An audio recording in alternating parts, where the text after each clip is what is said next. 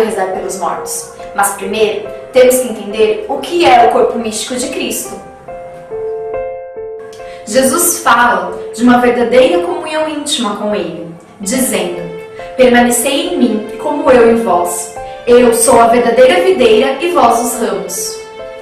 E anuncia uma misteriosa comunhão entre o seu próprio corpo e o nosso. Quem come a minha carne e bebe meu sangue, permanece em mim e eu nele.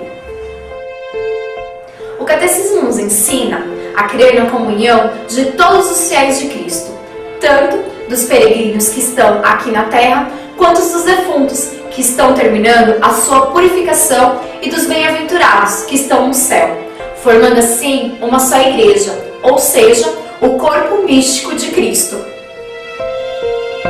Reconhecendo essa comunhão entre fiéis, inclusive aqueles que já faleceram, a Igreja venera, com grande piedade, a memória dos defuntos.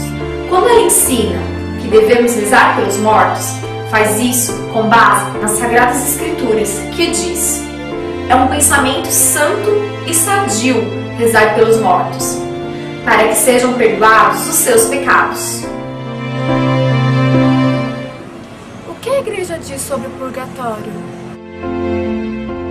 Os que morreram na graça e na amizade de Deus, porém não estavam totalmente purificados, passam depois da morte por uma purificação, a fim de obter uma santidade necessária para entrar no céu e ver Deus face a face. A tradição apostólica encontra nas Sagradas Escrituras referência à doutrina do purgatório. Jesus Cristo diz: se alguém tiver pronunciado uma blasfêmia contra o Espírito Santo, não lhe será perdoada, nem no presente século, nem no século futuro.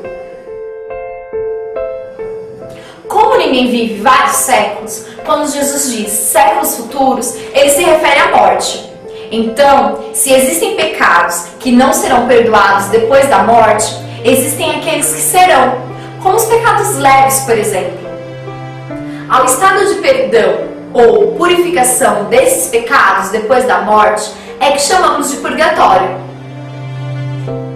Ao olharmos para a história, vemos que a Igreja, desde os primeiros séculos, honrou a memória dos defuntos e ofereceu sacrifício em seu favor, em especial o sacrifício eucarístico, a fim de que purificados possam chegar a uma visão plena de Deus.